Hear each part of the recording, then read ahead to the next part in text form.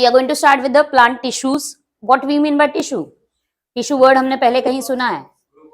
Yes, group of cells. Group of cells which will be going to give you formation of tissue. Many number of tissues comes together. Is it tissue system? Direct organ? No. It will be tissue system. मतलब यहाँ थोड़ा सा हम जो lower studies में पढ़ चुके हैं उसको थोड़ा साइड बाय करके हम थोड़ा कुछ नई वर्ड्स के साथ जाने वाले. See the things that is, पहले तो हमने कहा मतलब सबसे पहले स्मॉलेस्ट या basic structural function unit of life कौन है? Cell. Many number of cells will come together and they will give you formation of tissues. But many tissues will give you formation of actually organ. But before organ there should be tissue system. मतलब ये सारे systems बनाएगा, tissue की system बनेगी and tissue की system बन के फिर हमारे पास आएगी ऑर्गन. फिर ऑर्गन की भी क्या बननी चाहिए? सिस्टम. एंड देन उसके बाद जो बनेगा that will be in individual organism. And yes, हम ऑर्गेनिज्म मतलब यहाँ पे बात करने वाले हैं प्लांट्स के बारे में. तो प्लांट में भी yes number of tissues are there and उसी टिश्यूज के बारे में ये चैप्टर आपके लिए डील करने वाला है. Just a minute. तो यहाँ जो स्पेसिफिकली आपके लिए दिया गया है, सी अभी हमने बात की that is particularly about the tissues. See यहाँ भले आपको उल्टा दिख रहा होगा कि ऑर्गेनिज्म ऑर्गन टिश्यू, नहीं, हम नॉर्मली जो जाते हैं that is about the your that is cell से शुरुआत करके टिश्यू, टिश्यू सिस्टम, क्योंकि इस चैप्टर में आप टिश्यू और टिश्यू सिस्टम के बारे में पढ़ने वाले हो और फिर उसके बाद में इसके ऑर्गन्स के बारे में. सी ऑर्गन्स के बारे में हमने मॉर्फोलॉजी में ऑलरेडी पढ़ा हुआ है that is about the root, stem, leaf, flower, fruit. यहाँ हम क्या पढ़ने वाले extra? We are going to study about transverse section that is TS. TS of root, TS of stem, TS of leaf. तो specifically इसीलिए मैंने कहा कि यहाँ इस चैप्टर में डायग्राम्स बहुत सारे आने वाले हैं. डायग्राम्स के साथ ही हमें ये चैप्टर मतलब बेसिकली सीखना है या समझना है, तभी आपको ये चैप्टर अच्छे से समझेगा. मॉर्फोलॉजी में एज सच डायग्राम्स नहीं थे. आई डोंट थिंक सो कि हमने एक भी डायग्राम वहां पे ड्रॉ किया हुआ है, नहीं. बट यहाँ हमारे डायग्राम्स के साथ ही ये चैप्टर चलने वाला है, तभी आपको समझेगा कि एग्जैक्टली डिफरेंस क्या है. एंड इसीलिए कहीं ना कहीं एनाटॉमी की शुरुआत हो रही है that is study of internal structures. तो सबसे पहला नाम हमारे लिए यहाँ पे सेल नहीं, यहाँ हमारा पहला नाम क्या होगा? टिश्यूज. एंड टिश्यूज में भी अगर हम जा सकते हैं तो yes obviously we are going to have a presence of basically. See अगर मुझे बेसिक समझाना है तुम्हें तो सबसे पहले यहाँ पे आएगा that is plants will be going to have a two types of tissue. One is called as meristematic tissue, second is called as permanent tissue. Meristematic tissue is the one which is going to divide and redivide again and again. मतलब ऐसा tissue जो बार बार क्या होने वाला है? Divide redivide हो रहा है. सी आपने अगर कभी देखा होगा किसी प्लांट के शूट को मतलब अपर पार्ट को कट कर दिया तो उसके बाद क्या होता है? यस, रीग्रो होता है. जैसे तुम्हारे बालों को, अगर तुमने बालों को कट किया नीचे से तो क्या होने वाला है? क्या वो फिर से ग्रो होंगे? यस, मतलब they are having some capacity कि वो क्या कर सकते हैं? अपने आप को डिवाइड रीडिवाइड कर सकते हैं. सेम चीज है प्लांट के भी. सी रूट को तो हम कट करने नहीं जा रहे, हाँ कर सकते हैं अगर छोटा प्लांट है उसको रीपॉटिंग करते वक्त, मतलब एक बार एक साल में एक साल से दूसरे साल में हम जब लेके जा रहे हैं उस प्लांट को तो उस प्लांट के रूट को भी कटिंग किया जाता है अगर छोटा प्लांट है, पॉट में प्लांट है तो. लेकिन बड़े प्लांट जो जैसे हमारे सॉइल में ऑलरेडी प्लांट्स है उनको हम कट नहीं कर सकते नीचे से, तो हम उनके लिए क्या कर सकते हैं? ब्रांचेस को कट कर सकते हैं. आपने देखा होगा बिफोर बारिश मतलब that is particularly monsoon season आने से पहले बहुत बार आपके आसपास के एरिया में बहुत सारी कटिंग चलती होगी प्लांट्स की. चलती है कि नहीं चलती? क्या ऐसा कुछ देखा ही नहीं हमने? चलती है. बेसिकली जरा ध्यान देना, बिफोर मानसून सीजन नॉर्मली जितने भी बड़े प्लांट्स होंगे उनका जो ट्रीज का मतलब दैट इज ब्रांचेस है उनको क्या किया जाता है? ट्रिम किया जाता है. ट्रिमिंग करना मतलब ही क्या? यहाँ पे कट करना. लेकिन किसे कट कर रहे हैं? पूरे प्लांट को कट कर रहे हैं क्या? नहीं, सिर्फ स्पेसिफिक ब्रांचेस को. ऑब्वियसली इसके पीछे का रीजन उनका ये नहीं कि उसको रीग्रो करना है. उनका रीजन होता है कि भाई वायर में कहीं अटके नहीं, कहीं कुछ तूफान आ गया तो वो ब्रांच ना गिरे, इसीलिए वो लोग क्या करने वाले? ब्रांचेस को कट करते. बट बेसिकली ये ब्रांचेस हर साल फिर से ग्रो हो रही है, हर साल उनको ये काम करना पड़ता है. मीन्स टू से हर साल हमारे पास एग्जैक्टली क्या है? प्लांट्स के पास मेरिस्टेमेटिक टिश्यू है जो उसको क्या कर रहा है? रीग्रो करने में हेल्प करने वाला है. दैट्स व्हाई मेरिस्टेमेटिक टिश्यू हमारे लिए कैसा है? टेम्पररी है. मतलब जो बार बार क्या कर सकता है? डिवाइड रीडिवाइड कर सकता है. वही अगर हमारा सेकेंड वाला नाम जो हम पढ़ने वाले that is about permanent tissue. Permanent नाम में ही उसका मीनिंग छुपा हुआ है भाई. मतलब ये क्या होगा? मतलब इसने अपना साइज और स्ट्रक्चर को क्या कर लिया है? परमानेंट कर लिया. ये फिर से डिवाइड रीडिवाइड हो रहा है क्या? नहीं होगा. और इसी परमानेंट वाले में आपको डिटेल पढ़ना है about simple permanent and complex permanent. May be आपने ये नाम आपके लोअर स्टैंडर्ड्स में कहीं तो सुने हैं, पैरेनकाइमा, कोलेनकाइमा, स्क्लेरेनकाइमा, ये हुए सिंपल परमानेंट। और कॉम्प्लेक्स में जाइलम और phloem. I hope so xylem phloem भी हमने कहीं तो सुना हुआ है। जाइलम का काम that is basically it is for water and minerals का ट्रांसपोर्ट करना, and phloem is for food transport. तो यही चीजें हैं जो यहाँ हमें इस चैप्टर में पढ़नी है। मतलब ये 5 नाम है, that is parenchyma, collenchyma, sclerenchyma, xylem, phloem, ये पांचों का डिटेल। और एक बार ये पांचों का डिटेल कंप्लीट हो जाए उसके बाद फिर हमें शुरुआत करनी है रिगार्डिंग टिश्यू सिस्टम के साथ। मतलब पहले हम टिश्यूज के बारे में पढ़ेंगे, पहले तो मेरिस्टेमेटिक, फिर परमानेंट, परमानेंट में ये 5 नाम, एंड 5 नाम के बाद में मतलब ये ओवरऑल सब पढ़ने के बाद फिर हम शुरुआत कर सकते हैं टिश्यू सिस्टम के बारे में। सो आई होप सो सबसे पहले हमें शुरुआत जिससे करनी है दैट इज मेरिस्टेमेटिक टिश्यू, उससे हम शुरुआत कर सकते हैं। यहाँ कुछ तो प्रॉब्लम हुआ है, अटकाइए, बंद कर देना जरा। Yes. So we are going with your first one, that is meristematic tissue. Meristematic tissue के लिए हमने already क्या कहा है, the one which is going to divide and redivide again and again, and इसीलिए यहाँ देखो सबसे लास्ट में हमारे लिए लिखा है it is going to have a high rate of metabolism. That is nothing but the simple सा word. मतलब इसको हम ये ना लिखते हुए अगर हमने ये भी लिखा तो भी चलेगा, that is the one which is going to divide and redivide again and again. Next, अगर ये स्ट्रक्चर हम देख रहे हैं, ये स्ट्रक्चर हमें या तो पॉलीगोनल या तो वी कैन से दैट की isodiametric, isodiametric, iso similar, diametric similar diameter, मतलब सभी सेल्स का जो साइज होगा ना वो कैसा होगा, सेम साइज होगा। That's why here it is termed as isodiametric. जरूरी नहीं है कि सभी में आपको ऐसा ही स्ट्रक्चर मिलेगा। ये स्ट्रक्चर जिसको हम कहते हैं polygonal structure, sometimes it might be going to happen कि ये स्ट्रक्चर सर्कुलर भी हो सकता है या ये पेंटागोनल भी हो सकता है, हेक्सागोनल भी हो सकता है। तो ये स्ट्रक्चर पॉलीगोनल है, इसीलिए नाम दिया है poly, poly many gonal, that is many sides will be going to present. And mainly यहाँ सेंटर में जो प्रेजेंट है, सी डायग्राम से आप कैसे एक्सप्लेन कर सकते हो उस चीजों के पास में आ रही हूँ। दैट इज स्पेसिफिकली मैंने क्या कहा, सबसे पहला पॉइंट हमारे लिए होगा meristematic tissue is the one which is going to divide and redivide again and again. Meristematic tissue is the one जहां पे स्ट्रक्चर के बारे में अगर हम बात करते हैं तो स्ट्रक्चर के हिसाब से ये कैसा है, पॉलीगोनल, आइसोडायमेट्रिक। ये 2 वर्ड्स मेरे लिए यहाँ पे इंपॉर्टेंट है।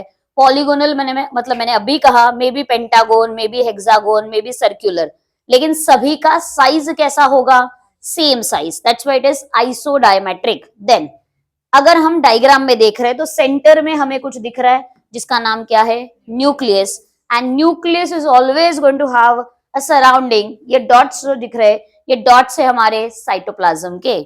हमने सेल चैप्टर पढ़ा हुआ है तो हमें इतना तो पता है कि हर सेल के पास अपना इंडिविजुअल क्या होगा, cytoplasm, and as well as it is going to have a center that is जिसको कंट्रोल कर रहा है, मतलब जिसकी वजह से कंट्रोल हो रहा है, that is nothing but the nucleus. तो न्यूक्लियस है, उसके साथ साथ large number of cytoplasm will be present. And then यहाँ पे एक और चीज जो हमारे लिए सबसे इंपॉर्टेंट, क्योंकि प्लांट की बात कर रहे हैं तो क्या यहाँ पे सेल वॉल आएगी, यस, प्लांट है तो cell wall will be present. And cell wall plants में हमने सुना है, सेल वॉल प्लांट्स में सेलुलोज से बनी है, यस। फंगस में हमने कहीं तो काइटिन नाम पढ़ा था, तो यहाँ प्लांट में सेल वॉल जो बनी है वो किससे बनी है, सेलुलोज से बनी हुई है। एंड देन उसके साथ साथ यहाँ कहीं भी क्या 2 सेल के बीच में गैप है क्या, no. So means what we are going to say that intercellular space is absent. Intercellular space is absent. See, simple मतलब हम लोग क्या कर सकते हैं, सबसे पहले मेरिस्टेमेटिक टिश्यू अगर हमें लिखना है, see short note on meristematic tissue अगर पूछा गया तो we can have the first thing that is the cell which is not going to divide and redivide again and again, sorry the one which is going to have a capacity to divide and redivide. Next फिर आएगा structure कैसा है, structure polygonal, isodiametric, बस इतना ही लिखना है, structure polygonal, isodiametric. Next उसके बाद में फिर हम क्या लिख सकते हैं, each cell will have presence of nucleus surrounded by cytoplasm, cell wall made up of cellulose, then afterwards क्या यहाँ पे intercellular space present, absent, absent, intercellular मतलब 2 सेल के बीच में स्पेस नहीं है। यही तो चीज यहाँ पे दी हुई है, सी इतने ज्यादा हार्ड वर्ड्स की जरूरत भी नहीं है, हम हमारे टर्म्स में इसे एक्सप्लेन कर सकते हैं, क्लियर है। इसके बाद में मेरिस्टेमेटिक टिश्यू एज इन जैसे हमने सिंपल और कॉम्प्लेक्स लिखा वैसे तो डिवाइड नहीं हो रहा है, लेकिन मेरिस्टेमेटिक टिश्यू अलग अलग वे में डिवाइड होगा। मतलब यहाँ पे हमारे लिए मेरिस्टेमेटिक टिश्यू के डिविजन्स आने वाले हैं या क्लासिफिकेशन आने वाला है, बट ये क्लासिफिकेशन कुछ अलग तरीके से है। मतलब यहाँ पे हमारे लिए आएगा meristematic tissue on the basis of that is particularly origin, on the basis of position, on the basis of function. मतलब मेरिस्टेमेटिक टिश्यू कैसे ओरिजिनेट हुआ, जहां से ओरिजिनेट हुआ उसके बेसिस के ऊपर उसका कुछ नाम दिया हुआ है। नेक्स्ट, उसकी पोजीशन क्या है, मतलब ये प्लांट में कहाँ प्रेजेंट है, उसके बेसिस के ऊपर उसके कुछ फंक्शन अलग है, उसका स्ट्रक्चर अलग है। एंड देन प्लांट में इसका फंक्शन क्या है, उसके बेसिस के ऊपर भी मेरिस्टेमेटिक टिश्यू क्या होगा, डिवाइड एंड रीडिवाइड होने वाला है। इसीलिए हम तीन चीजों में जाने वाले हैं on the basis of first that is nothing but the position, नहीं सबसे पहले ओरिजिन, फिर पोजीशन, फिर फंक्शन। ऐसे तीन अलग अलग स्ट्रक्चर्स में हमें जाना है। तो मेरिस्टेमेटिक टिश्यू ही थोड़ा सा हमारे लिए लंबा बन जाता है कि जहां पे हमें बहुत सारी चीजें पढ़नी, और हर तीन में मतलब ये तीनों नाम मैंने जो अभी लिए that is origin, position, function, हर एक में तीन तीन क्लासिफिकेशन है, मतलब हर एक का तीन। इसीलिए मेरिस्टेमेटिक टिश्यू थोड़ा सा आपको लग सकता है कि शायद ये बहुत बड़ा बन रहा है, क्या एज सच उतना बड़ा नहीं है, लेकिन नाम तुम पहली बार सुन रहे हो इसीलिए शायद ऐसा लग सकता है कि ये सारी चीजें है क्या, ये ऐसे नाम आए कहाँ से। थोड़े चैप्टर में ये होने वाला है, इस चैप्टर में, क्योंकि मॉर्फोलॉजी में भी ऐसा ही कुछ आपके लिए था, क्योंकि आपने बहुत सारे नाम थे कि जो आपके लिए नए थे। सेम चीज इस चैप्टर में डील होने वाली है कि बहुत सारे नाम है जो टिश्यूज के नाम आपने हमारे लोअर स्टैंडर्ड्स में नहीं पढ़े हैं, जो इस स्टैंडर्ड में या फिर 11th में आपको पढ़ने के लिए दिया है। जरा बंद कर सो आपके सामने आपका चार्ट लिखा हुआ है, जरा उसको देखते हुए हम यहाँ पे पढ़ने वाले हैं रिगार्डिंग दैट इज। सबसे पहले हमने कहा मेरिस्टेमेटिक टिश्यू जो कि डिवाइड रीडिवाइड हो रहा है, ऐसा मेरिस्टेमेटिक टिश्यू इसका ओरिजिन कहाँ से है, तो उस ओरिजिन के हिसाब से उसको क्या किया है, कहीं ना कहीं उसे डिवाइड किया on the basis of three parts. That is first part which we call it as a primordial, या उसी को दूसरा नाम दिया है प्रोमेरिस्टेम। सी, प्राइमोर्डियल मेरिस्टेम कहो या प्रोमेरिस्टेम कहो, हमने चार्ट में प्रोमेरिस्टेम लिखा क्योंकि प्रोमेरिस्टेम हमारे लिए पढ़ने के लिए इजी होगा रादर देन प्राइमोर्डियल। प्रोमेरिस्टेम, सी सिंपल सी बात है, प्रो मतलब यहाँ पे क्या होगा, इट विल बी प्रिमिटिव। मतलब ये वाला टिश्यू, ये मेरिस्टेमेटिक टिश्यू कहाँ अराइज हो रहा है, at the tip of the root and shoot. मतलब रूट और शूट के जस्ट टिप वाला जो एंड वाला पोर्शन होगा, मतलब जहां से शुरुआत हो रही है वहां पे जो टिश्यू आएगा that will be considered as your promeristem. यहां से जस्ट शुरुआत हुई है, ऑब्वियस सी बात है, शुरुआत के बाद ये क्या करेगा, डिवाइड रीडिवाइड करेगा और फिर बना देगा प्राइमरी मेरिस्टेम। मतलब जैसे आपके लिए आपका नर्सरी क्लास, आपका सीनियर केजी, जूनियर केजी ये होने के बाद ही आप प्राइमरी स्कूल में जाने वाले हो। प्राइमरी एक बार कंप्लीट हो गया तभी आप सेकेंडरी में जा सकते हो, कि डायरेक्ट जंप किया है सेकेंडरी में, नहीं पॉसिबल है क्या ऐसा करना, नहीं है। सो मीन्स टू से सेम चीज हम यहाँ पे कह सकते हैं कि प्लांट भी क्या कर रहा है, सबसे पहले उसने जो मेरिस्टेमेटिक टिश्यू लाया वो कौन सा मेरिस्टेमेटिक टिश्यू है, प्रोमेरिस्टेमेटिक, जो कहाँ प्रेजेंट है, जो टिप रीजन में प्रेजेंट है, किसके, रूट और शूट के। जैसे ही रूट और शूट और ज्यादा आगे बढ़ रहा है, मतलब यंग स्टेज में ये थोड़ा सा और यंगर हो रहा है, सी ये जस्ट न्यूबॉर्न है, न्यूबॉर्न से ये थोड़ा यंग स्टेज में जा रहा है, तो वैसे ही ये क्या बन रहा है, प्राइमरी मेरिस्टेम। प्राइमरी मेरिस्टेम अब कहाँ प्रेजेंट है, रूट और शूट के अपेक्स में। यहाँ क्या लिखा है, टिप पोर्शन, यहाँ क्या लिखा है, रूट एंड शूट के अपेक्स में। एंड देन उसके बाद ये भी टिश्यू ऐसा ही है जो बार बार क्या करेगा, डिवाइड रीडिवाइड होगा। एंड देन इसमें से जो बनने वाला है वो बनेगा हमारा that is nothing but your secondary meristem. Secondary जहां पे हम कह सकते हैं कि यस ये पूरी तरह से क्या हो गया है, अच्छा खासा डिवीजन में जा चुका है। मतलब ये मुझे कहां मिलेगा, मेच्योर रीजन में। सी जैसे newborn baby, young stage, adult stage, same यहाँ पे हम कह सकते हैं प्रोमेरिस्टेम, मतलब जो टिप में प्रेजेंट था, अब टिप से हम कहां पहुंच गए, that is we are going towards that is nothing but the apex region. किसका अपेक्स, रूट का या शूट का। अब हम कहां पहुंचे, mature regions of root and shoot. तो दैट इज पर्टिकुलरली थिंग्स, मतलब ये तीन चीजें आपको याद रखनी है, प्रो माइन्यूट रीजन पे रहेगा, टिप रीजन पे रहेगा, दूसरा वाला अपेक्स में रहेगा, रूट और शूट दोनों के, मतलब यंगर स्टेज में। और जब ये अडल्ट बन चुका है, मेच्योर बन चुका है, तब ये कहां प्रेजेंट है, सी सभी चीजें रूट और शूट के बारे में ही बात कर रहे हैं। लेकिन तीनों के अलग अलग ग्रोथ सीजन की बात हो रही है, न्यूबॉर्न, यंग और अडल्ट। ये क्लियर है? उसके बाद सेकेंड वाला हमने क्या लिखा है, position. According to its position हमने इसको फिर से तीन पार्ट्स में डिवाइड किया है। One is apical, second is intercalary, third is lateral. आपके बुक में आपके लिए एक डायग्राम दिया है लाइक दिस, ऐसा कुछ डायग्राम है, थोड़ा सा डिफरेंट, मतलब एज इन यहाँ पे अभी ये डायग्राम ऐसा क्यों दिखाया है, या एग्जैक्टली इस डायग्राम में उनको क्या दिखाना है। एंड यहाँ जो रीजन है, this is a tip region. Same diagram इन्होंने उल्टा भी दिखाया है, ऐसा कुछ। हाँ, डायग्राम ही डायग्राम है इस चैप्टर में। यहां भी कुछ दिखाया है, सी अपेक्स। अपेक्स का मीनिंग क्या होता है, टॉप रीजन। नाउ क्या प्लांट में अपेक्स मतलब सिर्फ स्टेम का अपेक्स, कि रूट का भी अपेक्स होता है? सी, क्योंकि रूट कहाँ ग्रो हो रहा है, नीचे की तरफ, मतलब ये सॉइल की तरफ जा रहा है, और हमारा शूट जो है, स्टेम वाला पार्ट जो है, वो ऊपर की तरफ जा रहा है, दैट इज ग्रोइंग टूवर्ड्स सन, या फोटोट्रोपिज्म जिसको हमने कहा था, सनलाइट के तरफ पॉजिटिवली फोटोट्रोपिज्म दिखा रहा है, ये नेगेटिवली, लेकिन ये कहीं तो पॉजिटिव वे में जा रहा है, दैट इज ग्रेविटेशनल फोर्स के तरफ। मतलब दोनों अपने अपने वे में ग्रो होने वाले हैं।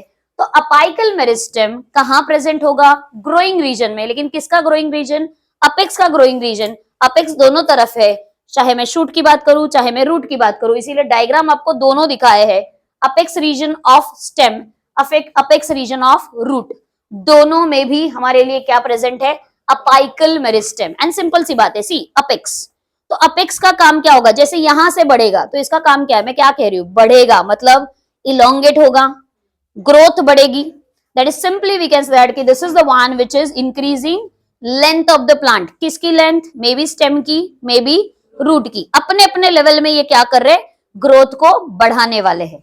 सेकेंड नाम आता है तुम्हारा इंटर कैलरी।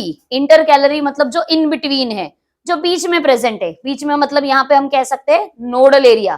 क्या हमने नोड ये नाम सुना है कहीं, यस कोई बता सकता है नोड इंटर नोड क्या होते हैं?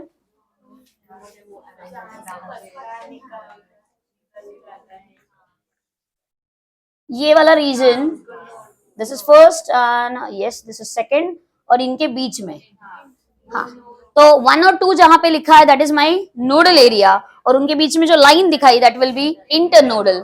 हम यहाँ पे क्या कह रहे हैं, इंटर कैलरी मतलब इन बिटवीन। सो ऑब्वियस ही बात है, इन बिटवीन मतलब यहाँ पे हम बात करना चाहते हैं दैट इज नोडल एरिया की। सो नोडल एरिया में जो प्रेजेंट रहेगा that will be your inter calorie meristem, और ये इंटर कैलरी मेरिस्टेम क्या करने में उसे हेल्प करेगा, फिर ग्रोथ करने में। कौन सी ग्रोथ, किस चीज की ग्रोथ करेगा, सी पहला वाला क्या कर रहा है, लेंथ को बढ़ा रहा है, ऊपर से भी और नीचे से भी। ये वाला तो भाई बीच में प्रेजेंट है। टेक एन एग्जांपल कि भाई शुगर केन में ऐसा नोड हमने कहा था, शुगर केन में ऐसे नोड रहेंगे। शुगर केन में अगर ये नोडल एरिया है, ये नोडल एरिया क्या अपने आप को इंक्रीज करना चाहता है, इंटर नोड का पोजीशन भी तो इंक्रीज होना चाहिए, क्योंकि कुछ शुगर केन्स में ये साइज जब बढ़ेगी तभी तो शुगर की क्वांटिटी बढ़ेगी। आपने देखा होगा अलग अलग टाइप के शुगर केन मिलते हैं, मतलब अगर फार्मिंग में कभी गए हो, हमारे मार्केट्स में भी वैसे शुगर केन आते हैं, तो उनके ये जो इंटरनोड वाले एरिया को जरा देखा करो, क्या ये बहुत पास में होते हैं या दूर होते हैं। कुछ शुगर केन है जहाँ पे पास में मिलेंगे, कुछ शुगर केन होंगे जिसमें बहुत दूर मिलेगा। जितना वो दूर होगा उतना क्या होगा, शुगर की क्वांटिटी ज्यादा होने वाली है, एंड दैट्स व्हाई ये वाला बेसिकली हमें ज्यादातर मोनोकॉट्स में मिलता है। कहाँ मिलेगा, मोनोकॉट्स में। और फिर हम आते हैं लैटरल मेरिस्टेम, सी लैटरल साइड मतलब साइड में, बाजू में। सो लैटरल साइड वाला जो प्रेजेंट होगा वो एक्सिस में है, साइड एक्सिस में है, लैटरल साइड में है। तो लैटरल साइड में अगर ये प्रेजेंट है, अब मेरा क्वेश्चन तुम्हारे लिए है, कौन से प्लांट की गर्थ, गर्थ समझ में आती है, डायामीटर किसकी बढ़ती है, मोनोकॉट की कि डाइकॉट की? हाँ क्या बोला, dicot, just like example monocot की। हाँ क्या बोल रहे हैं, डाइकॉट या मोनोकॉट, क्या आंसर होगा? सेकेंडरी ग्रोथ का मीनिंग समझ में आ रहा है, दैट इज डायामीटर, मतलब ये डायामीटर बढ़ते जा रहा है, हर साल डायामीटर थोड़ा थोड़ा बढ़ रहा है। तो कौन से प्लांट है ऐसा जिसका डायामीटर तुमने बढ़ा हुआ देखा है? ओके, बनियान ट्री, पीपल, हाँ। तो इनके डायामीटर बढ़ रहे हैं, मतलब क्या हो रहा है हर साल, क्यों बढ़ा रहे हैं वो लोग अपना डायामीटर, खा रहे बहुत ज्यादा, नहीं फिर फैट्स खा रहे, फिर मोनोकॉट का, जैसे वो बोल रही है मोनोकॉट, क्या मोनोकॉट में भी ऐसा हो सकता है? एग्जाम्पल आएगा मोनोकॉट का किसी को? नहीं। हाँ, मोनोकॉट का एग्जाम्पल, हाँ, ग्रास, नेक्स्ट जवार, बाजरा, राइस, व्हीट, कितने साल ग्रो होते हैं? हाँ, एक दो नहीं रे भाई, 3-4 महीने, हाँ, एटलीस्ट 4 से 5 महीने में क्या उसका लाइफ साइकिल कंप्लीट होता है? यस, ऑब्वियस सी बात है, मोनोकॉट्स, ऑलमोस्ट मोनोकॉट्स, 90% मोनोकॉट्स। अभी कोकोनट यहाँ पे एक्सेप्शनल केस है, कोकोनट को साइड बाय करो, अदरवाइज बाकी सारे मोनोकॉट जो भी नाम हम यहाँ पे ले रहे हैं, जवार, बाजरा, राइस, गेहूं, या may be it is your some other that is grasses, maize, ये सभी प्लांट्स मोनोकॉट है। लेकिन ये सभी प्लांट्स कुछ महीनों के लिए क्या करते हैं? ग्रो होंगे, लाइफ साइकिल कंप्लीट करेंगे, मतलब इन्होंने ग्रो किया, वेजिटेटिव ग्रोथ हुई, मतलब रूट स्टेम जो भी आया, उसके बाद में फ्लावर आएंगे, फ्रूट्स आएंगे, फ्रूट्स मतलब एज इन सी, हम फ्रूट्स ही खाते हैं ना उसके, फ्रूट्स एज इन सीड्स खाते हैं हम लोग, सीड्स आएंगे, उसके बाद में ये प्लांट क्या हो जाएगा, उसकी डेथ हो जाएगी। मतलब ऑलमोस्ट 6 महीने के अंदर ये प्लांट अपना लाइफ साइकिल क्या कर रहे हैं? कंप्लीट करे। तो क्या इनको गर्थ बढ़ाने की जरूरत है? नहीं, कोई जरूरत नहीं है। तो यहाँ गर्थ किसको बढ़ानी है? डाइकॉट्स को, जो प्लांट ज्यादा सालों तक जिंदा, पेरिनियल प्लांट हम जिसको कहते हैं, perennial, those plants which are going to survive for many years, ऐसे प्लांट्स को अपनी गर्थ बढ़ाना जरूरी है। लेकिन ऐसे गर्थ बढ़ रहा है मतलब हो क्या रहा है? लास्ट बेंच खाली करो, आगे आओ। गर्थ बढ़ने वाला है क्या? हमने किसी स्टेम को अगर कट किए हुए देखा है तो क्या ऐसा कुछ होता है स्टेम में?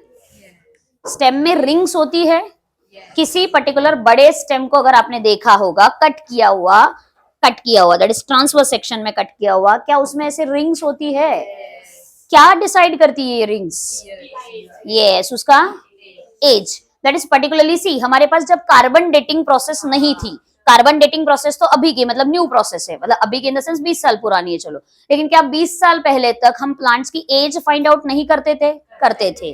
और उसको करने के लिए क्या प्लांट को जाके पूछ सकते हैं भाई तेरा बर्थडे कब था और तू कितने साल का हो चुका है? नहीं पूछ सकते। हमने फर्स्ट चैप्टर पढ़ा है लिविंग वर्ल्ड, जहां पे हमने बैनियन ट्री के बारे में पढ़ा था, वो बैनियन ट्री जो कि मोर देन 250 इयर्स ओल्ड है। सी, ऑब्वियस सी बात है, 250 साल पुराना इंसान तो हमारे पास नहीं है, या उसने कहीं लिख के तो नहीं रखा है भाई मैंने ये प्लांट लगाया था, नहीं। तो ऑब्वियस सी बात है, प्लांट को भी नहीं पूछ सकते, तो कहीं ना कहीं आज के जमाने में हम कार्बन डेटिंग प्रोसेस जरूर कर सकते हैं, लेकिन पहले के जमाने में हमारे पास ऐसा कुछ भी नहीं था। तो we can have this particular thing that is rings, that is growth ring जिसको हम कहते हैं। हर साल इसमें 2 growth ring, 2 in the sense हम पढ़ेंगे 2 क्यों बोल रही हूँ मैं, वैसे तो एक ही बोलते हैं उसे। हर साल एक ग्रोथ रिंग एड ऑन होती जाएगी और हर साल उसका क्या बढ़ते जाएगा? डायामीटर बढ़ेगा। सो ये डायामीटर किसकी वजह से बढ़ रहा है? लैटरल मेरिस्टेम की वजह से। सो ऑब्वियस सी बात है, लैटरल मेरिस्टेम मोनोकॉट में होगा कि डाइकॉट में होगा? सिंपल सी बात है, डाइकॉट में। इसीलिए कहीं ना कहीं सी, मैं फिर से एक बार जा रही हूँ, ऑन द बेसिस ऑफ, क्योंकि यही है जिसका मतलब क्वेश्चन, बड़ा क्वेश्चन आता है, that is describe meristematic tissue on the basis of position.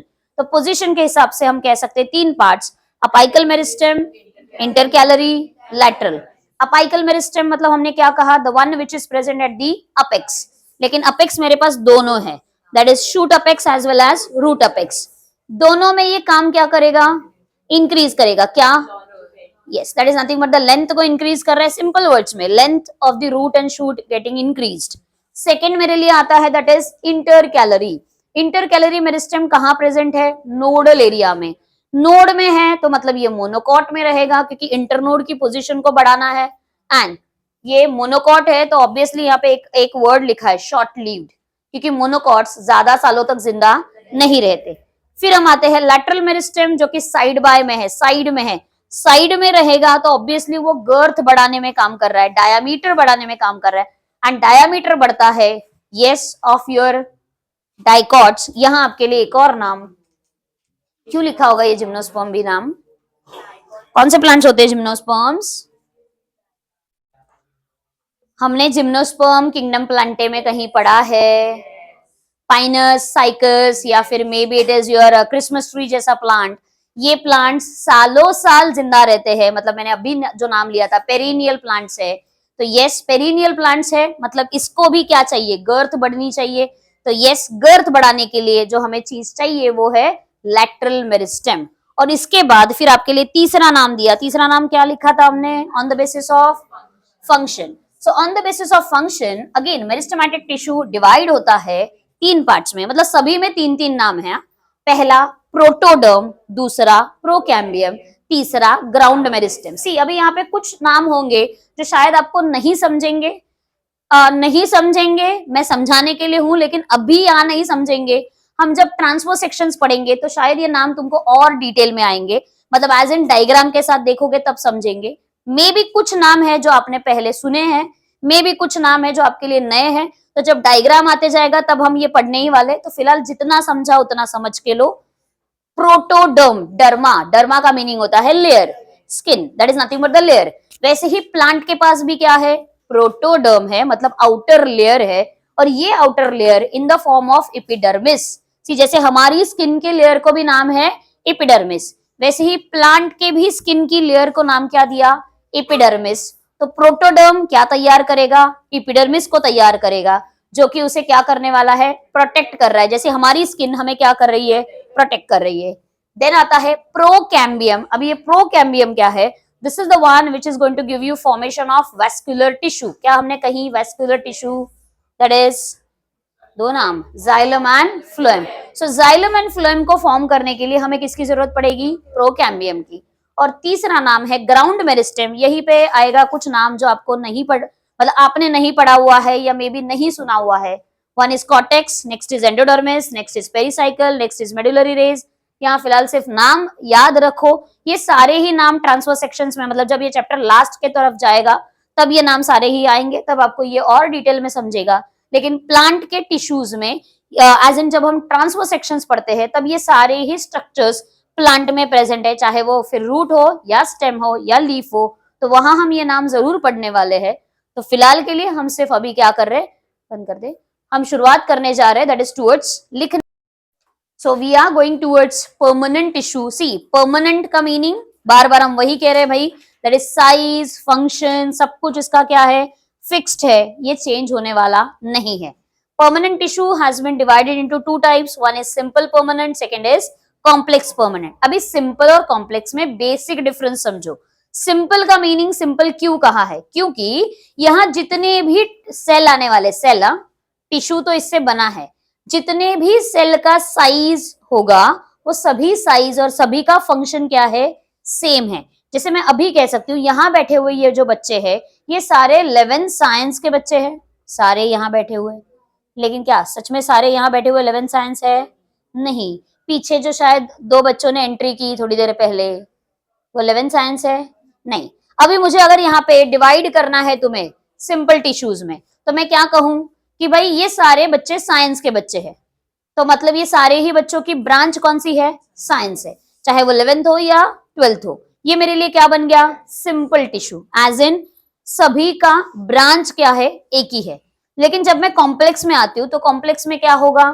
Complex में एक से ज्यादा नंबर के सेल, अलग अलग, नंबर मतलब यहाँ पे मुझे कहना है अलग अलग टाइप के सेल को मिलके बनेगा हमारा टिश्यू। यहाँ जो भी होंगे वो सारे के सारे same size, same structure, same function. यहाँ साइज अलग या मे बी स्ट्रक्चर अलग एंड मे बी फंक्शन भी अलग है, लेकिन सबने मिलके क्या बना दिया भाई?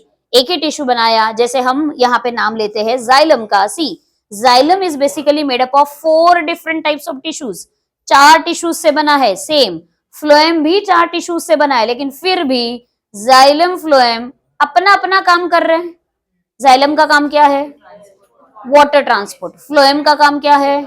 Food transport. मतलब जाइलम अगर मैं कह रही हूँ 4 टिश्यूज से बना है, लेकिन चारों टिश्यूज अपने अपने लेवल में काम करके फिर सब मिलके क्या करेंगे? एक ही काम कर रहे भाई, हम पानी को ही लेके जाएंगे।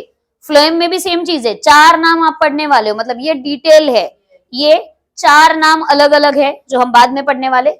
यहाँ कोई भी डिटेल वाले नाम नहीं है, यहाँ आपके लिए सिर्फ एक एक टाइप, दैट इज पैरेन्काइमा, मतलब सारा का सारा सेल सेम दिखाई देगा। कोलेनकाइमा सब सेम है, या स्क्लेरेन्काइमा। और यहाँ बीच में आपके लिए एक स्टेटमेंट दिख रहा है कि लिविंग या डेड। सी द थिंग्स, अभी यहाँ पे जब हम आ रहे हैं इस नाम के साथ लिविंग या डेड, मतलब सच में डेड मतलब क्या? मर गया है? नहीं। फिर डेड क्यों लिखा होगा? पता नहीं। आता होगा कुछ तो नाम। यहाँ क्या लिखा है? लिविंग लिखा है कि नहीं लिखा है? लिखा है। मैं आती हूँ उस नाम के साथ। सी सिंपल परमानेंट में अभी आप अगर देख रहे हो ये टिश्यूज सेम है एज इन साइज वाइज। सी छोटे बड़े हो सकते हैं अभी, मतलब नहीं तो कोई बच्चा बोलेगा मैडम आपने बोला था साइज सेम होनी चाहिए, तो यहाँ तो कुछ टिश्यूज छोटे दिख रहे हैं कुछ बड़े दिख रहे हैं, लेकिन एज इन सभी के सभी एक ही टाइप वाले, मतलब जैसे यहाँ अभी यहाँ पे कुछ बच्चे छोटे दिख रहे हैं कुछ बड़े दिख रहे हैं, तो क्या ये लोग 11 साइंस में नहीं है ना भाई? सभी 11 साइंस वाले ही बच्चे हैं ना। तो मीन्स टू से सेम चीज यहाँ पे है कि भाई ये सारे स्ट्रक्चर्स, इनका स्ट्रक्चर कैसा होगा? सी आप देख सकते हो फिर से एक बार वही नाम आया है, isodiametric, that is similar diameter. May be it is oval in shape, Oval structure हो सकता है, राउंड स्ट्रक्चर हो सकता है, या पॉलीगोनल स्ट्रक्चर डिफर कर सकता है, बट सभी का स्ट्रक्चर एट अ टाइम क्या होगा? सेम होगा। सी अभी सभी का structure at a time same होगा ऐसा मैं जब कह रही हूं, तो अलग कैसा हो सकता है? सी अगर किसी का स्ट्रक्चर ऐसा है और किसी का स्ट्रक्चर ऐसा जा रहा है, ऐसा कुछ दिख रहा है क्या इधर? ऐसा किया है कि ड्रॉ कहीं पे? यहाँ नहीं, ऐसा हो ही नहीं सकता।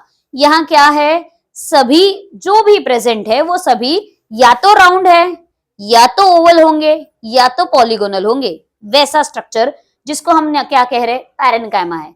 तो पैरेन्काइमा में again cellulose will be the, cellulose क्या है उसका? सेल वॉल है। साइमल्टेनियसली यहाँ भी न्यूक्लियस होगा, यहाँ भी साइटोप्लाज्म होगा, लेकिन यहाँ एक चीज आपको अगर नजर आ रही है, सी इनके बीच में क्या गैप दिख रहा है? मतलब यहाँ intercellular space is present.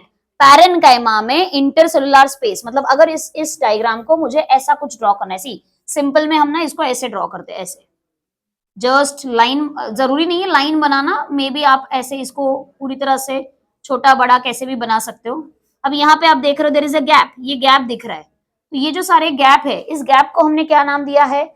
Intercellular space. So intercellular space is present along with that, आप अगर देख रहे हो that is particularly yes mainly यहाँ पे, मतलब जो चीज होने वाली, सी अभी इंटरसेलुलर स्पेस है ठीक है, लेकिन क्या फिर ये सेल एक दूसरे से बात नहीं करते होंगे?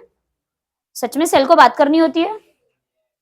हाँ, कैसे? तुम्हारे जैसे नहीं, फिर कैसे बात करेंगे? कौन सी लैंग्वेज में बात करेंगे? एबीसीडी वाली नहीं, फिर भाई इंडिया की कौन सी लैंग्वेज में बात करते हैं फिर ये लोग? इशारा करते? वाह, कितना अच्छा होता ना। मुझे भी बता दे प्लांट्स के इशारे कैसे होते हैं, मुझे आज तक समझा ही नहीं प्लांट्स में इशारे कैसे होते हैं। मैं उसके ऊपर भी एक नया रिसर्च कर लूं फिर, अच्छा होगा। प्लांट्स के इशारों पे एक टॉपिक बन जाएगा हमारा। See the thing that is particularly, and ये प्लांट्स को इशारे क्यों करने हैं लेकिन एक दूसरे को? करना क्यों है? इशारे क्यों करने हैं? जैसे जिस बच्चे ने मुझे बोला है भाई प्लांट्स इशारे करते हैं, करना क्यों है उसको इशारा? वही वो पैरेट ग्रीन वाला है ना? नहीं, अच्छा उसके बाजू वाला है। क्यों प्लांट्स एक दूसरे से बात करना चाहते हैं?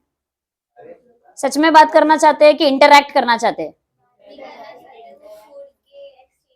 Yes yes, that is the main thing. See हमारी बॉडी में भी तो भाई इतने सारे टिश्यूज है, तो क्या सारे टिश्यूज एक दूसरे से बात कर रहे हैं? नहीं, लेकिन क्या सारे टिश्यू एक दूसरे से इंटरकनेक्टेड है? सी आपके पैर को किसी ने नीचे से लात मारी तो आपका रिएक्शन आता है, हाँ, या तो आप उसको लात मारते हो, या तो गाली देते हो, या तो आप हाथ उठाते हो, ऐसा कुछ तो करते हो ना, कुछ तो रिएक्शन आएगी। तो ये रिएक्शन, सी अभी पैर ने पैर को मारा था ना, तो पैर ने ही रिएक्शन देनी चाहिए थी, हाथ ने क्यों दी रिएक्शन? वो उसका फ्रेंड है क्या? नहीं, फिर फ्रेंड ही है ना, इंटरकनेक्टेड है ना। तो तुम्हारे पैर की रिएक्शन, मतलब पैर को लगा, ये ब्रेन को बताया गया, फिर ब्रेन ने बोला हाँ हाँ ये मेरा दुश्मन है ना, इसको तो मारना ही पड़ेगा, मतलब एज इन ये मुझे मार रहा है ना, चल अभी इसको मारेंगे। और गलती से अगर किसी बड़े से ऐसे धक्का लग गया तो मारेंगे उसे? नहीं, फिर क्या करेंगे? सॉरी बोलना पड़ेगा ना, मतलब मन में कितना भी तुमने गाली दी होगा, लेकिन फिर भी सॉरी बोल के निकलना पड़ेगा आगे। तो सेम चीज यहाँ हमारा जैसे नर्वस टिश्यू काम कर रहा है, वैसे ही यहाँ प्लांट्स को भी क्या करना है? एक दूसरे से इंटरकनेक्ट करना है। तो ये सेल को इस सेल से अगर इंटरकनेक्शन चाहिए, तो वैसे तो दोनों के बीच में एज सच गैप है, या फिर दोनों के आजू बाजू में सेल वॉल प्रेजेंट है, तो ये कैसे बात कर सकते हैं? तो देयर इज अ कनेक्शन, मतलब इन दोनों के बीच में एक कनेक्शन आएगा। जैसे इस क्लासरूम से उस क्लासरूम में जाने के लिए हमारे पास कनेक्शन है कि नहीं जा सकते, जा सकते हैं, कनेक्शन है। सो वैसा ही connection cell to cell connection है, that is called as plasmodesmata. आपके लिए ये वर्ड बहुत नया है, plasmodesmata. Cell to cell interaction करने के लिए सेल के पास जो कनेक्शन है उसे नाम दिया है प्लाज्मोडेस्माटा। एंड फिर यहाँ फंक्शन क्या है, सी मतलब जब हम पैरेन्काइमा पढ़ेंगे या कोलेनकाइमा या स्क्लेरेनकाइमा, यहाँ सबसे पहले आप लिखोगे स्ट्रक्चर कैसा है, मतलब उसका साइज शेप जो भी है, भाई आइसोडायमेट्रिक है, पॉलीगोनल है, राउंड है, ओवल है, जैसा भी है। सेल वॉल अगर है तो यस किससे बनी है, एंड प्लांट पढ़ रहे हैं तो भाई सेल वॉल पढ़नी ही है, तो मतलब सेल वॉल होगी। यहाँ सेल वॉल किससे बनी है, सिर्फ सेलुलोज से। Yes nucleus will be present, but along with this intercellular space is present. And mainly हमने एक और नया नाम लिया यहाँ पे कि yes plasmodesmata, cell to cell interconnection which is plasmodesmata. And फिर पैरेन्काइमा का फंक्शन, मतलब जो एंड होगा ना हर टिश्यू का, that will be function. So function क्या करता है, पैरेन्काइमा क्या काम कर रहा है उस प्लांट बॉडी में। तो सबसे पहला काम उसका होता है स्टोरेज ऑफ फूड मटेरियल। क्या प्लांट्स को कोई खाना स्टोर करके रखना है, यस क्योंकि प्लांट्स जरूरी नहीं है ना कि रोज ही खाना बना रहे हैं, मे भी किसी दिन अनफेवरेबल कंडीशन है, मतलब बारिश कंटिन्यूअसली हो रही है, तो क्या उनको सनलाइट मिलेगी, नहीं, तो क्या उस दिन उनके पास बचा हुआ खाना रहना चाहिए, यस फूड स्टोर्ड होना चाहिए। तो ये स्टोरेज ऑफ फूड मटेरियल कौन करने वाला है, पैरेन्काइमा करेगा। Simultaneously parenchyma is helping them in the gaseous exchange as well as, आपके लिए यहाँ पे ना दो नए नाम यहाँ नहीं दिख रहे, बट यस आपके लिए ये नाम यहाँ पे आने ही चाहिए। One is aerenchyma and one more name that is called as chlorenchyma. See aerenchyma और क्लोरेनकाइमा पैरेन्काइमा के ही पार्ट्स है। Aerenchyma the one which is going to carry air space, मतलब पैरेन्काइमा में एयर स्पेस होगी। यस मैं अगर air space बोल रही हूं मतलब उसमें एयर है, तो ये बायोन्सी में, बायोन्सी का मीनिंग होता है फ्लोट करने में हेल्प करेगा। कौन से प्लांट से जो फ्लोट करते हैं, यस लोटस जैसा प्लांट या लीफ उसका फ्लोट करता है। हमने अगर मैंगो का लीफ लिया और उसको अगर पानी के ऊपर डाल दिया, क्या होगा, फ्लोट करेगा। कितने दिन तक, अच्छा 4 दिन, सच में, किसकी बायोलॉजी है ये, भाई इतनी महान बायोलॉजी मत पढ़ाओ हमें। डू यू थिंक सो कि 4 दिन तक वो मैंगो का लीफ वहां पे फ्लोट ही करते रहेगा कि सड़ जाएगा, क्या लोटस का लीफ सड़ जाता है, नहीं, क्यों नहीं हो रहा है भाई ऐसा, क्या वो ड्रोन हो रहा है, मतलब जा रहा है नीचे की तरफ, नीचे जाता है लोटस का लीफ, हाँ फ्लोट करेगा ना पूरी तरह से। फ्लोट करने के पीछे कोई रीजन होगा, because there will be presence of air space. Air space है मतलब ही क्या है वहां पे, सी लोटस का अगर आपने डंडी कभी पकड़ा होगा, आई डोंट नो तुमने कभी लोटस का फ्लावर हाथ में अगर लिया है, कभी डंडी पकड़ा है उसका, या फ्लावर ही हाथ में नहीं लिया कभी, किसी ने भी नहीं लिया लोटस का फ्लावर हाथ में, क्या बोल रहे हैं भगवान, रोज का फ्लावर लिया है हाथ में, हाँ, क्या उसका जो पेडेंकल दैट इज डंडी स्टॉक हार्ड होता है, हाँ भाई हार्ड होता है, किसका, रोज का बोल रही हूँ। लोटस अगर कभी गलती से कभी लो हाथ में, गलती से ना, लक्ष्मी पूजन के दिन भी कभी लोटस ऐसे मार्केट में मिलता नहीं है ना, नहीं, अभी मार्गशीर्ष आ रहा है दैट लक्ष्मी पूजन, फिर से लक्ष्मी की पूजा, देखना मार्केट में ना लोटस मिलेंगे व्हाइट कलर का, मतलब lotus is that is water lily मिलेगा, लेकिन ठीक है भाई लोटस का ही वैरायटी है, जरा हाथ में, मतलब लेने मत जाना, लेकिन एटलीस्ट हाथ में तो पकड़ के देखो भाई, उसका जो स्टॉक है वो स्टॉक थोड़ा सा कहीं ना कहीं दबा के देखना, उसमें यू कैन से दैट कि एयर स्पेस होंगे, there will be air space.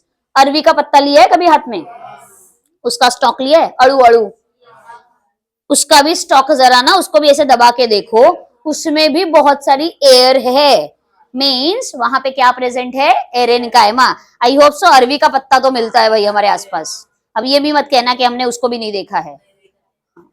So that is parenchyma का काम क्या है, 2 काम में यहाँ पे, मतलब पहला काम है उसका भाई फूड स्टोरेज और गैसियस एक्सचेंज, ये तो नॉर्मल काम हो गया।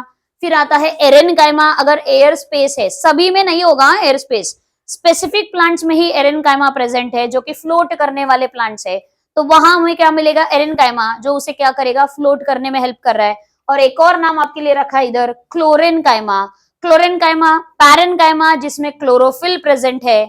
ऑब्वियस सी बात है, अगर मैं क्लोरोफिल नाम ले रही हूं मतलब ये काम क्या करना चाहिए, यस, एंड ये मुझे कहाँ मिलेगा, प्लांट के कौन से पार्ट में, लीव्स में, क्योंकि लीव्स में ही आपको क्या मिलने वाला है, that is nothing but the see here, that is particularly chlorenchyma, chlorophyll pigments, जो कि फोटोसिंथेसिस करने में हेल्प करने वाले। क्या ये क्लियर है? और यहाँ पे आपके लिए स्पेसिफिकली ये word, that is, it is a living cell. See, living और डेड के मीनिंग बीच का डिफरेंस समझ लो। लिविंग का मीनिंग, लिविंग मतलब वो काम कर रहा है, ठीक है, लेकिन डेड का मीनिंग वो मर गया है ऐसा नहीं होता है। यहाँ डेड का मीनिंग होता है, आपके लिए एक नया नाम आने वाला है, सेल्यूलोज के अलावा हमारे पास एक नया नाम आएगा, लिग्निन। लिग्निन नाम का केमिकल जहां पे आता है, that will be the dead tissue, और इस टिश्यू के पास न्यूक्लियस नहीं होता है। ये बाकी जो टिश्यूज है जहां भी हम लिविंग टिश्यू लिखने वाले, उनके पास अपना खुद का क्या है, न्यूक्लियस है। जब हम डेड टिश्यू के पास आएंगे तो उसके पास न्यूक्लियस नहीं है, वहां सेल्यूलोज है, लेकिन सेल्यूलोज के साथ सेल वॉल लिग्निन नाम के केमिकल से बनी है, जो हम नाम आने वाला है तीसरे नाम में, दैट इज क्लेरेनकाइमा में। फिलहाल पैरेनकाइमा क्लियर है। सबसे पहले आप स्ट्रक्चर लिखने वाले हो, उसके बाद सेल वॉल का मतलब एज इन सेल वॉल किससे बनी है वो लिखना है, उसके बाद इंटरसेलुलर स्पेस है या नहीं वो लिखना है, देन दोनों के बीच के कनेक्शन को, that is cell to cell interaction को कहते क्या है, तो प्लाज्मोडेस्माटा, और लास्ट में आएगा फंक्शन। सो फंक्शन में पहला फंक्शन आएगा फूड स्टोरेज, दूसरा उसी में लिखेंगे एक्सचेंज ऑफ गैस, मतलब दैट इज गैसियस एक्सचेंज, और फिर आएगा हमारा एरेनकाइमा, फिर आएगा क्लोरेनकाइमा। बंद करेगी, yes. So we are going towards collenchyma. अभी कोलेनकाइमा टिश्यू पैरेनकाइमा से कैसे अलग है? सी, ये भी टिश्यू है जो प्लांट में प्रेजेंट है, मतलब प्लांट में पैरेनकाइमा है, कोलेनकाइमा है, स्क्लेरेनकाइमा है। पैरेनकाइमा काम क्या कर रहा है, हमने कहा फूड स्टोरेज का काम कर रहा है, या मे बी गैसियस एक्सचेंज कर रहा है, या मे बी अगर वो फ्लोटिंग प्लांट्स में है तो उसे फ्लोट करने में, एंड ऑब्वियसली प्लांट में वो प्रेजेंट है इन द फॉर्म ऑफ क्लोरेनकाइमा जब वो लीफ में है, एंड लीफ में उसका काम फोटोसिंथेसिस है। लेकिन फिर कोलेनकाइमा भी तो प्लांट में प्रेजेंट है, तो इसका भी तो कुछ तो काम होगा, एंड ये पैरेनकाइमा से अलग कैसा? सी, स्पेसिफिकली यहाँ पे ना अगर डिफरेंस देखोगे तो आपको ये दोनों टिश्यूज बहुत इजीली समझ में आएंगे। Structure will be as same as that of the parenchyma, तो मुझे यहाँ पे स्ट्रक्चर फिर से एक्सप्लेन करने की जरूरत नहीं पड़नी चाहिए, as in isodiametric, round, oval या पॉलीगोनल, जैसा है वैसे का वैसे ही। बट यहाँ पे जो सेल वॉल होगा, सेल वॉल सिर्फ सेलुलोज से नहीं बना हुआ है, सेल वॉल में यहाँ पे एक और नाम आपके लिए सामने आ रहा है, that is pectin. Cellulose and pectin is present, and अगर आप डायग्राम देख रहे हो तो शायद डायग्राम में कहीं भी इंटरसेलुलर स्पेस नहीं है, मीन्स टू से जहां भी इंटरसेलुलर स्पेस प्रेजेंट था वहां क्या आ गया, वहां पे आ गया deposition of cellulose as well as pectin. वहां पे सिर्फ सेलुलोज था, यहाँ एक और component that is pectin add on हो गया है।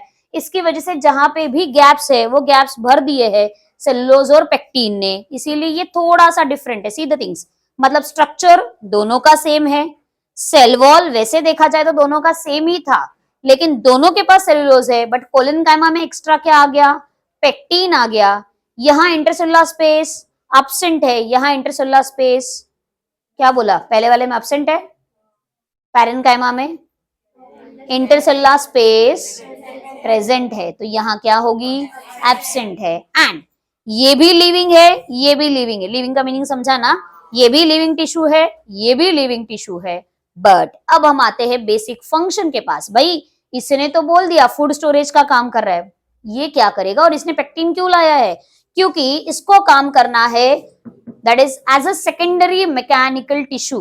प्राइमरी हमारा कोई और है, सेकेंडरी मतलब जो बाद में काम करने वाला है, प्राइमरी मतलब जो मेन है वो है स्क्लेरेनकाइमा, लेकिन collenchyma is secondary mechanical tissue.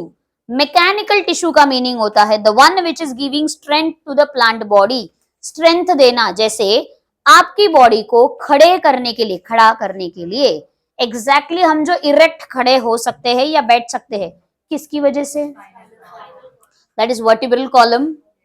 सो हमारे वर्टिब्रल कॉलम ने हमें ये पोजीशन दी है कि हम अच्छे से खड़े रह सकते हैं, हम अच्छे से बैठ सकते हैं। वैसा ही कुछ क्या प्लांट को खड़ा रहना है हमेशा के लिए, कि वो बैठ जाता है थकने के बाद? नहीं, बेचारा सालों साल खड़ा ही है ना। तुम्हारे आसपास मे बी 15 साल पुराना, 20 साल पुराना, 25 साल पुराना प्लांट होगा, वो तो सालों से खड़ा है। तो खड़े रखने के लिए उसे कोई चाहिए, कोई पोजीशन चाहिए उसके पास, या कोई ना कोई टिश्यू होना चाहिए। Obviously there should be some tissue, या फिर उसके साथ साथ सी, अभी जब ये प्लांट खड़ा है, क्या उसके ऊपर बारिश गिर रही है? इतने सालों से बारिश हो रही है भाई, हर साल बारिश होती है। तो हर साल जब बारिश होगी तो क्या वो यहाँ वहां ऐसे जाएगा, बेंड होगा? यस। लेकिन बेंड होता है, बहुत ज्यादा तूफान आएगा तो अलग बात है। I am speaking about normal बारिश। नॉर्मल बारिश आ रही है, प्लांट बेंड होता है, लेकिन क्या प्लांट टूट के गिर जाता है? नहीं। मतलब क्या उसके पास इलास्टिसिटी है? इलास्टिसिटी मीन्स टू से वो बेंड हो रहा है, लेकिन बेंडिंग मैकेनिज्म के बाद भी वो अपने आप को क्या कर रहा है, इरेक्ट खड़ा रख रहा है। आपके आसपास होगा ना कोई प्लांट, तो आपने देखा होगा। भाई प्लांट्स को भी जरा देखा करो, मैंने पहले भी कहा है, वो भी अच्छे होते हैं। इंसान तुम्हें लगता होगा अच्छे है, लेकिन प्लांट्स भी हमारे बहुत अच्छे हैं, तो जरा उनको देखा करो। That is they are basically, मतलब हम यहाँ पे कह रहे हैं मैकेनिकल स्ट्रेंथ देना, मतलब मैकेनिकल कहीं ना कहीं उसे सपोर्ट देने का काम कौन कर रहा है? कोलेनकाइमा कर रहा है, जो कि उसे के बेंडिंग में, मतलब बेंड करेगा लेकिन फिर से क्या होगा, इरेक्ट खड़ा हो सकता है। दैट पर्टिकुलर थिंग, ये किसकी वजह से है? It is because of the your collenchyma. You can see over here that is bending and pulling action. Pulling, pull करना, नीचे खींच रहा है, लेकिन फिर से वो क्या हो रहा है, अपने आप को फिर से वो इरेक्ट खड़ा रख पा रहा है। तो ये जो चीजें है, ये मुझे कहाँ मिलेंगी? कोलेनकाइमा में। अगेन कोलेनकाइमा लिविंग टिश्यू है। तो अभी हमारा जो तीसरा नाम है, दैट इज स्क्लेरेनकाइमा। स्क्लेरेनकाइमा अकेला डेड टिश्यू है। As a simple permanent tissue की बात करूं तो पहले वाले में पैरेनकाइमा में क्या कहा? लिविंग है। कोलेनकाइमा भी क्या है भाई? लिविंग है। But sclerenchyma is the one which is dead tissue. अब जब मैंने कहा डेड, मैंने क्या कहा था डेड का मीनिंग? न्यूक्लियस नहीं है, प्लस यहाँ कोई नया केमिकल आने जा रहा है, लिग्निन। यहाँ देख सकते हो, see, living at the time of production but becomes dead, मतलब नॉर्मली हम लोग उसको डेड ही कंसिडर करते हैं। The one which is, yes, nucleus नहीं है, एज वेल एज क्या नहीं है, साइटोप्लाज्म भी नहीं है। भाई न्यूक्लियस नहीं, साइटोप्लाज्म नहीं, तो क्या ये काम कर रहा है? हाँ, ये काम तो बहुत अच्छे से कर रहा है। यहाँ इसके पास मेनली जो कंटेंट है, वॉल, वॉल है, वॉल तो रहेगा। ये नाम है lignin. There is a presence of lignin. यहाँ ना सेल्यूलोज है ना पेक्टिन है, यहाँ जो प्रेजेंट है वो है लिग्निन। और लिग्निन की वजह से ये कॉम्पैक्टली अरेंज हो गया है। यहाँ आपको ना दो स्ट्रक्चर्स मिलेंगे। One will be fibre like, see, fibres. क्या प्लांट्स में फाइबर्स, धागे होते हैं? मतलब आपने अगर कोई स्पेसिफिक प्लांट्स देखे होंगे, आई डोंट नो तुम लोग प्लांट्स को कितना देखते हो, लेकिन प्लांट्स में फाइबर्स निकलते हैं। फाइबर्स मतलब ही उसका क्या है? स्क्लेरेनकाइमा है। अगर आपने पाम ट्री देखा होगा, कोकोनट ट्री देखा होगा, उसमें से फाइबर्स निकालते हैं। या मे बी आपने अगर व्हाट इज दैट, बनाना का ट्री देखा होगा, मतलब एज इन बनाना का हर्ब एक्चुअली, उसमें से भी अच्छा खासा फाइबर निकलता है। घर में अगर तुम लोग कोई सब्जियां मतलब यूज कर रहे हो, as in we can go with the drum stick, we can go with the pea, जिसमें से भी फाइबर्स निकलते हैं। ये फाइबर्स का यूज क्या है? मैंने जो अभी नाम लिया, पाम, कोकोनट, बनाना, इनके फाइबर्स का यूज करते हैं हम लोग कुछ? किस लिए? क्या बनाने के लिए? हाँ हाँ, इकोनॉमिकली ये फाइबर्स इंपॉर्टेंट है, तो क्या यूज करते होंगे? हाँ, फाइबर्स से क्या बनता होगा? ओके भाई, तुम्हारा वो जो बड़ा सा क्या बनता है? टोपला? टोपला, बाप रे। रोप बनाते, रोप, बड़े रोप्स, दही अंडी में रोप्स यूज करते हो? हाँ। ऐसे रोप्स बहुत सारी जगह पे यूज होते हैं। जूट बैग्स नाम की चीज सुनिए, जूट, जूट नाम की चीज सुनिए। जूट बैग्स बनते हैं, जूट के रोप्स बनते हैं, बहुत सारी। यू कैन से गोनी, जो गोनी होती है, फाइबर वाली गोनी, दैट इज धागे वाली गोनी, ब्राउन कलर की गोनी जो बनती है। प्लास्टिक की गोनी की बात नहीं कर रही हूँ, धागे वाली गोनी की बात कर रही हूँ। भाई ये धागा आया कहाँ से? ये धागा आया प्लांट से। सो ये प्लांट्स में कहाँ से प्रेजेंट है? It is because of the presence of your sclerenchyma. तो स्क्लेरेनकाइमा में आपको फाइबर्स और that is particularly you can से कि पिट्स, दैट इज फाइबर्स कैसे है? नैरो स्ट्रक्चर, फाइबर है ना तो नैरो रहेगा, मतलब लंबा रहेगा। उसके साथ साथ यहाँ पे दोनों एंड्स में ये कैसा है, पॉइंटेड है। और यहाँ जो वॉल दिख रही है, वॉल किससे बनी है, लिग्निन से बनी है। And mainly yes, this is the one which is providing mechanical strength, primary mechanical strength, मतलब प्राइमरी मैकेनिकल टिश्यू जो है वो है स्क्लेरेनकाइमा। और स्क्लेरेनकाइमा को हेल्प करने के लिए जो आता है वो है कोलेनकाइमा। स्क्लेरेनकाइमा सबसे इंपॉर्टेंट जो कि मैकेनिकल टिश्यू है, उसको हेल्प करने के लिए आता है कोलेनकाइमा, ताकि प्लांट अगर बेंड हो रहा है तो कोलेनकाइमा उसे क्या कर रहा है, सपोर्ट कर रहा है, उसे हेल्प कर रहा है। और यहीं पे हमारा दूसरा नाम दिया है sclerite. See this is your fibre, this is your sclerites. Sclerites भी उसके जैसे ही है, लेकिन ये स्ट्रक्चर कैसा है, फैला हुआ है। ये स्ट्रक्चर कैसा है, लॉन्ग है। अब यहाँ पे देखो, यहाँ कुछ नाम आपके लिए दिए हैं, that is fruit wall of nuts, pulp of fruits like guava, या may be pear, may be sapota, sapota is chikoo, pears, या फिर कुछ लेग्यूम प्लांट्स जिनमें हमें क्या मिलने वाले हैं, हमें स्क्लेराइट्स मिलेंगे। और ये स्क्लेराइट्स भी क्या करेंगे, सी दोनों का वैसे देखा जाए तो काम एक ही है, giving mechanical strength. May be आपने जूट फाइबर्स, मे बी आपने दैट इज पर्टिकुलरली हमने जो अभी नाम लिया था, that is nothing but the your ropes बनाने वाली चीजें। जस्ट अ मिनट, ताकि मैं इसको दिखा के ही फिर हम लोग आगे बढ़ते हैं।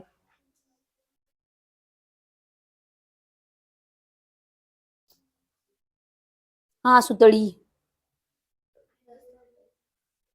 क्या ये सभी चीजें हम यूज करते हैं, अलग अलग लेवल की, मतलब मे be it is very fine thread, मतलब बहुत छोटा वाला जो नॉर्मल घर में यूज होता है, या फिर ये जो बड़ा वाला आप देख रहे हो, ये ऐसी कुछ चीजें जो हम लोग बहुत बड़े लेवल पे भी यूज कर सकते हैं। एंड जूट के अलग अलग क्राफ्ट भी बनते हैं, that is nothing but the, जिसको हमने कहा था बैग्स हो सकती है, या शो पीस भी हो सकता है।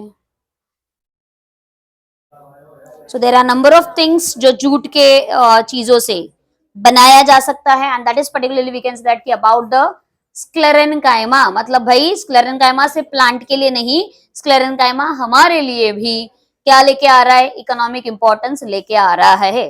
That is fibre. See fibres अगर आपको देखना है, प्लांट फाइबर, क्योंकि मुझे नहीं पता कि बच्चे लोग कितना प्लांट्स को देखते हैं, या फिर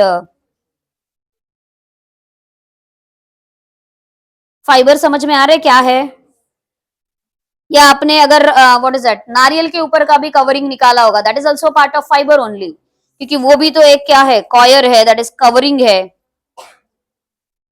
दैट इज फाइबर्स। सो बंद कर दे ताकि मैं नेक्स्ट, तो आपको सेकंड क्या लिखना है, हम कॉम्प्लेक्स परमानेंट टिश्यू के पास जा रहे हैं, that is one is xylem, second is phloem. हमने ऑलरेडी कहा जाइलम कॉम्प्लेक्स क्यों है भाई, क्योंकि यहाँ पे क्या है, more than one type of tissue is present. आपने अभी जस्ट एक चार्ट निकाला जिसमें आपने लिखा है जाइलम में चार नाम है, कौन से चार नाम, ट्रेकेट्स, vessels, xylem parenchyma, xylem sclerenchyma. Sclerenchyma को ही दूसरा नाम दिया है फाइबर। तो ये चार अलग अलग टिश्यू जब कंबाइन होंगे तो बनता है एक जाइलम का tissue. That's why xylem is basically a complex tissue. Simple में क्या था भाई, सारे ही टिश्यूज सेम साइज के थे या सेम थे, सिंगल टाइप के थे। यहाँ सिंगल टाइप नहीं, चार चार टाइप है, इसीलिए उसे नाम दिया कॉम्प्लेक्स। और ये कॉम्प्लेक्स टिश्यू मेनली काम क्या कर रहा है, that is conduction of water and mineral, मतलब वाटर एंड मिनरल को लेके जाने का काम। एंड यस, ये भी मैकेनिकल स्ट्रेंथ देने का काम करेगा, क्योंकि ये भी एक हमारा डेड टिश्यू है। डेड इसीलिए क्योंकि इसके पास भी सेल वॉल जो होगी ना, वो किससे बनी होगी, लिग्निन से बनी होगी। तो यहाँ जब हम पहले नाम के साथ आ रहे, दैट इज ट्रेकिट्स। अब ट्रेकिट्स क्या है, see you can see over here, tracheids के बहुत सारे टाइप्स आपके सामने दिख रहे हैं। इतने सारे टाइप्स हम ड्रॉ नहीं करते हैं, सो डोंट वरी कि इतने सारे डायग्राम्स ड्रॉ करने हैं क्या, बिल्कुल नहीं। पर ट्रेकिट्स होते क्या है, ट्रेकिट्स आर ट्यूब लाइक स्ट्रक्चर। सी अभी एक समझने की कोशिश करो, दैट इज हम कह रहे हैं कि पानी को पहुंचाना है, पानी कहाँ से खींचा जाएगा प्लांट्स के लिए, ऊपर से नीचे से, नीचे से, दैट इज जमीन में से। जमीन में से पानी को पहुंचाना है, तो पानी को पहुंचाने के लिए क्या एक सिंगल पाइपलाइन होगी, जैसे अभी सामने वाली हमारी कुछ बिल्डिंग्स है, बहुत बड़ी बड़ी बिल्डिंग्स है ना। इतनी बड़ी बिल्डिंग, अगर 25 माले की बिल्डिंग है, 25 माले की बिल्डिंग में तुम अगर 25th फ्लोर पे तुम रह रहे हो, सोचो कि तुम्हारा घर उधर है 25th फ्लोर पे सामने वाली बिल्डिंग में, हाँ है ना सामने ऐसी कोई बिल्डिंग, हाँ बन रही है ना अभी। तो उस बिल्डिंग में तुम्हारा घर 25th फ्लोर पे है, ऑब्वियस सी बात है भाई, पानी की टंकी अगर नीचे है क्या होगा, पानी आएगा ना मस्त। कैसे आएगा, मोटर लगानी पड़ेगी। यस, दैट मोटर मैकेनिज्म के साथ साथ क्या एक ही पाइपलाइन होगी, एक सिंगल पाइप इतनी बड़ी नहीं, फिर क्या होंगे, बहुत सारे पाइप्स जुड़े होंगे एक साथ, तब जाके ये क्या होगा, कनेक्शन आएगा। उसके साथ साथ मे बी उस 25th फ्लोर पे 10 लोगों के फ्लैट है, तो मुझे 10 लोगों को पानी पहुंचाना पड़ेगा ना, तो एक ही पाइप से पानी पहुंचाऊं कि पाइप को लैटरली भी जाना पड़ेगा। यस, तो मतलब कहीं ना कहीं यहाँ ये सोच के रखना, ट्रैकेट्स और वेसल्स में आपके लिए जो डिफरेंस मैं बताना चाहती हूँ, सी ट्रैकेट्स एंड वेसल्स में बेसिक डिफरेंस आएगा। अभी ट्रैकेट्स के बारे में पहले पढ़ लेते हैं। ट्रैकेट्स कैसा दिख रहा है, जस्ट एक ट्यूब जैसा स्ट्रक्चर दिख रहा है, मतलब एक पाइप जैसा, सिंगल पाइप जैसा स्ट्रक्चर है। ये सिंगल पाइप वाला स्ट्रक्चर जहां पे हम कह सकते हैं that is particularly lumen. Lumen का मीनिंग होता है cavity, cavity is present, lignin is present, and इसके अंदर अलग अलग स्ट्रक्चर्स, मतलब अलग अलग प्लांट में अलग अलग स्ट्रक्चर मिलेंगे। May be it is annular, may be it is spiral, और may be you can say that is particularly pitted. Pitted that is nothing but the छोटे छोटे होल जैसे स्ट्रक्चर्स, या फिर यू कैन से दैट की गोल structures आपको यहाँ पे दिख रहे हैं, that is called as pitted structures. Structures में नहीं, लेकिन बेसिकली आपको चाहिए it is a single tube like structure, and ये ट्यूब मेनली क्या कैरी कर रहा है, लिग्निन को कैरी कर रहा है। लेकिन वही अगर मैं वेसल के पास आती हूँ, थोड़ा सा वेसल का डिफरेंस देख लो। वेसल्स अगर आप देख रहे हो, क्या वेसल थोड़े ज्यादा ब्रॉड हुए हैं, वेसल थोड़े ब्रॉड हुए हैं, एंड वेसल में भी हमें क्या मिलेगा, वेसल में भी हमें लिग्निन ही मिलने वाला है। सी पहला वाला भी लिग्निन के साथ है, दूसरा वाला भी लिग्निन के साथ है, लेकिन यहाँ पे मेनली अगर हम देख रहे हैं, यहाँ कुछ नया नाम लिखा है, perforation plates. Perforation that is nothing but the pores are present, pores that is nothing but you can say that की छोटे छोटे छन्नी जैसे होल्स प्रेजेंट है। ये होल्स में से क्या होने वाला है, पानी पहुंचने वाला है। नाउ बेसिक चीज जो है, tracheids mainly present in gymnosperms and vessels are mainly the characteristic feature of angiosperm. Who is highly advanced, क्यों जिम्नोस्पर्म क्यों नहीं, okay seeds are naked over there. And क्या और डिफरेंस है जिम्नो और एंजियो में, सीड के अलावा? Who is flowering plant, angiosperm. Flower के बाद क्या होता है, फ्रूट फॉर्मेशन। कहाँ आता है फ्रूट, एंजियोस्पर्म में। जिम्नोस्पर्म में आता है क्या, नहीं।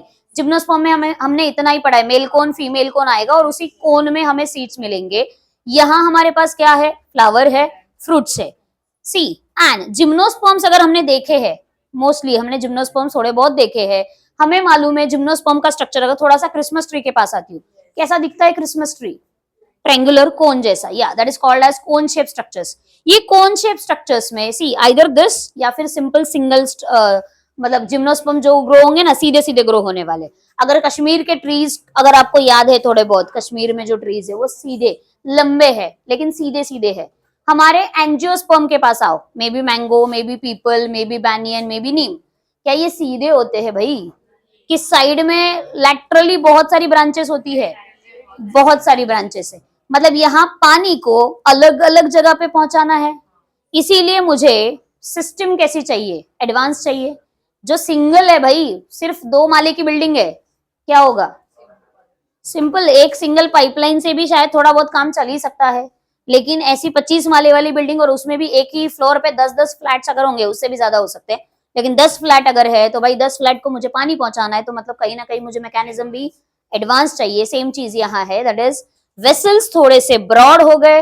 वेसल्स में मेनली क्या होगा, परफोरेशन प्लेट्स आएंगे जो कि एक दूसरे को कनेक्ट करेंगे, एंड इसीलिए कहीं ना कहीं यहाँ पे वेसल्स मुझे कहाँ मिलेंगे, एंजियोस्पर्म में, और ट्रैकेट्स मुझे कहाँ मिलेंगे, जिम्नोस्पर्म में। This is a characteristic features, characteristic features of tracheids, that is particularly gymno, and vessels of angio.